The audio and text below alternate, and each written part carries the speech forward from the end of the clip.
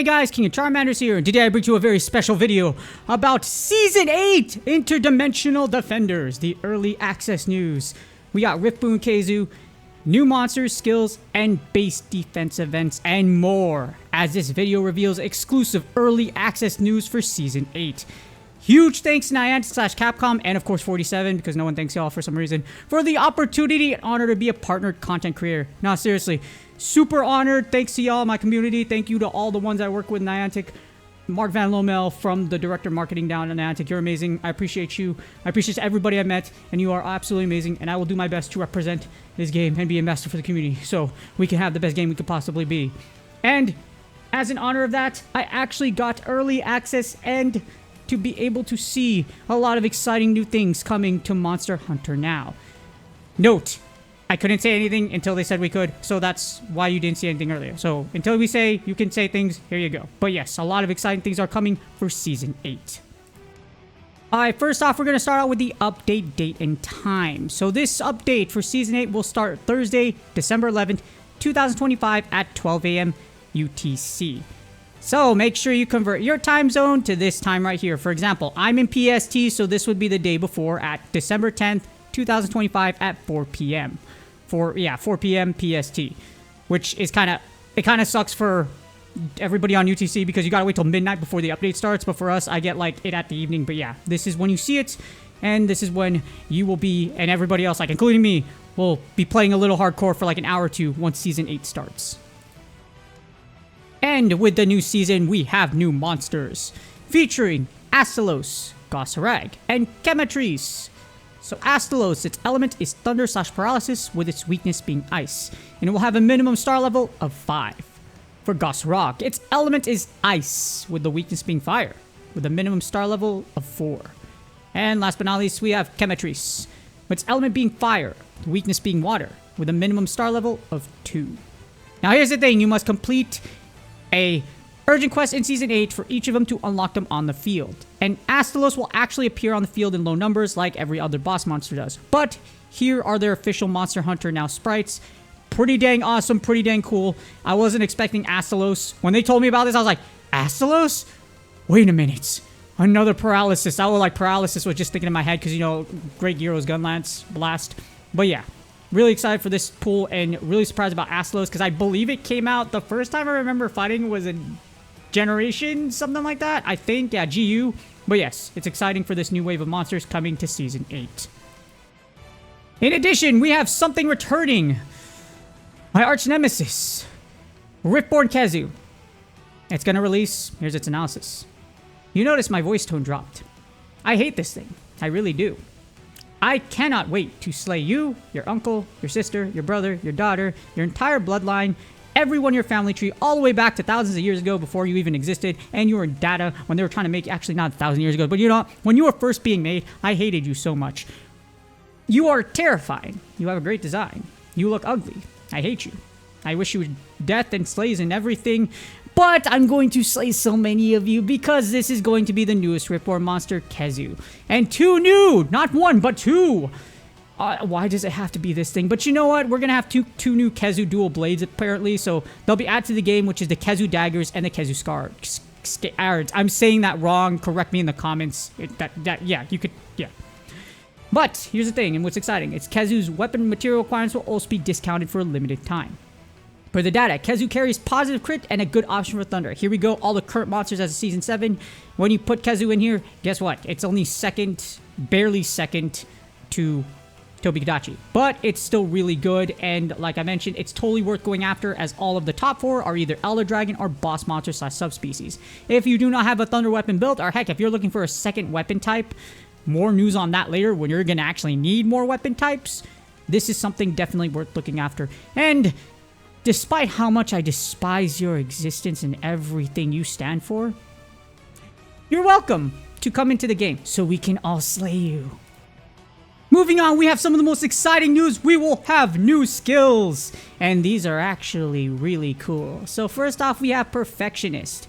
This will automatically perform a perfect evade against monster attacks, but the cost is you have to use a percentage of your special gauge.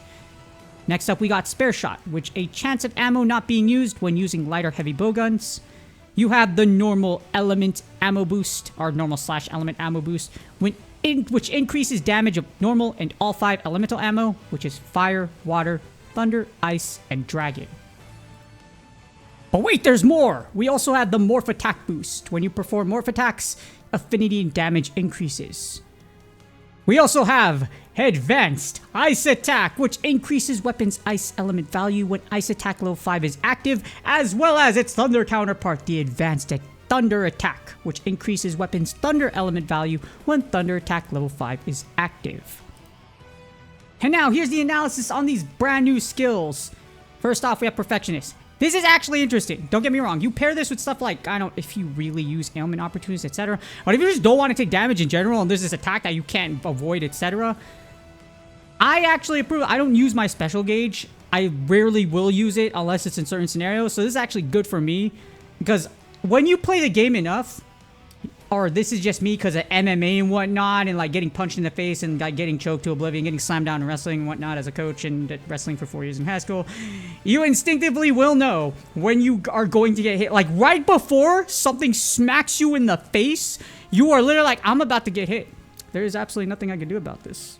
I can't perfect dodge, I cannot guard, and I'm about to take damage and card and use another potion. This solves that problem. So I think it's actually something that's pretty useful. Bear shot is pretty useless. I'm sorry, but no one cares about not consuming a piece of light bowgun or heavy bowgun. You might as well just use evading reload. And here's one of the most interesting ones of this set, normal and elemental ammo boost.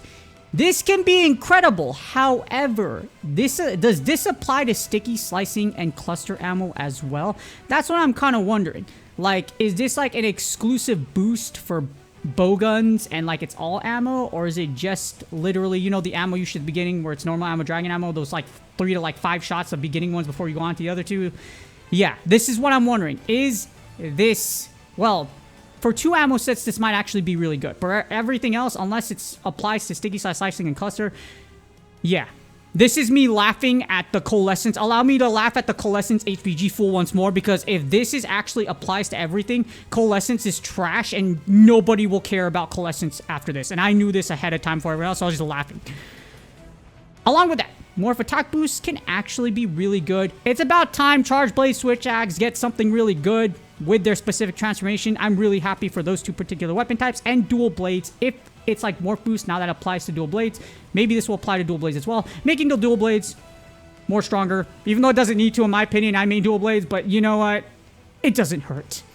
And last but not least, we have something that's insanely exciting, and again makes me laugh at the Coalescence HPG fool once more: advanced ice and thunder attack. This is amazing. This shows advanced thunder, dragon, and fire are coming into the game. Actually, not advanced thunder, fire, thunder, they already show here. Advanced dragon, fire, and water attack is coming into the game and will shake up the elemental meta. Forget Coalescence, forget every other thing that's not raw or whatnot. This is really exciting. This paired up with Vital and the Elder Dragon gear, we have a brand new meta, because the standard way in the beginning up until you reach endgame anyways is elemental attack.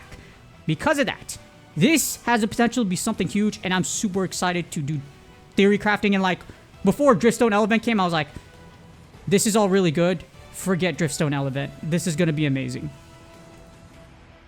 But what is also amazing, we're going to get a new feature. It's called Base Defense. This will occur at the final week of each outbreak wave. So Base Defense features a Rift Charge monster. We get something that's brand new. You had Riftborne, now we have Rift Charge, and that can't be slain in a single hunt for Rift Charge monsters. So here's how it works. Damage dealt records as defense points for each individual hunter. You'll get defense points for each weapon you use, and the top 5 you used will determine your defense rewards. In addition, there's something called featured defense weapons, which will increase your points if you use specific weapons forged from monsters/events. So there's a reason for you to forge Khezu weapons, max them out, etc., because you're going to be able to use them for this. They didn't go too into the details. This is all they literally gave us, but it's something exciting, something new.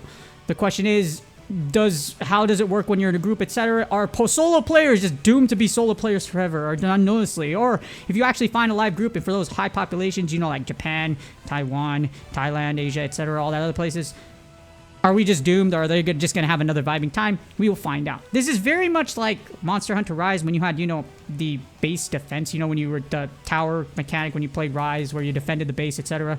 That's pretty much the same thing, and we're getting that into Monster Hunter now. Moving on, we have another feature, which you will be able to exchange gatherable and small monster materials for gems. So you will be able to buy small monster and gather materials using gems. For you pay-to-winners like me that like saving money, and you are missing these type of equipment, and you want to spend money to get them, by all means, go right ahead.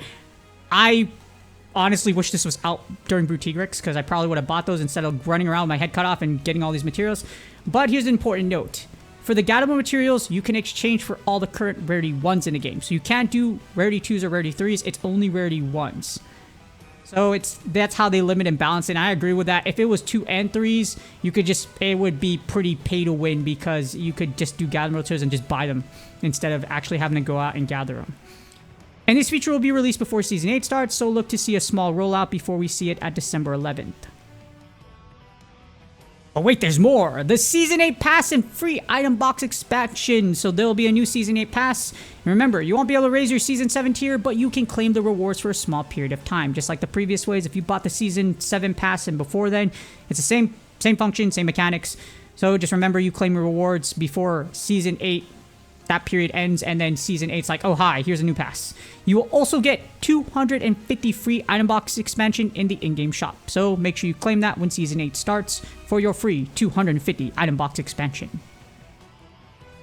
And of course, no event announcement, even the ones given to us for early access, are complete without the additional monster information, etc. Well, the additional information, plus we have additional monster unlocks here as well. So just like prior seasons, monsters will disappear from the field and return when you complete their season story quest. This is standard, and the monsters that will disappear are Garangolm, Lunagaren/Brutigrex, and Espinas. And the latest info and roadmap will be featured in the YouTube program Monster Hunter Now Navi on November 25th, which is basically happening, I believe, right now. So watch that. Watch the roadmap. I gave you the exclusive year right here, so you don't have to do it ahead of time, but you know what? Watch it anyways. It's amazing. I do agree with it. So go ahead. In addition, make sure you restart your app and download all assets to enjoy the update. And see the release notes in the community forum for more details on Season 8. So yes, follow these. Look at the forums. But also, make sure you watch Monster Hunter Now Navi and watch that roadmap video I'm going to release after it's done, and figure out what we have to offer for the roadmap for Season 8 and 2026 in general. And that's all for now, but hopefully y'all are excited for Season 8. Huge thanks to Niantic, Capcom, and 47, especially Doug. You're amazing, Doug. I appreciate you. I hope you get a raise. Thank you for everything you do. It's an honor to be a partnered content creator and advocate for the community. I don't do this to get popular or get money, etc. That's why if I don't know you, if you aren't Drake Neos, Tyler Anderson, who else? Janice, you guys are amazing analysts, by the way.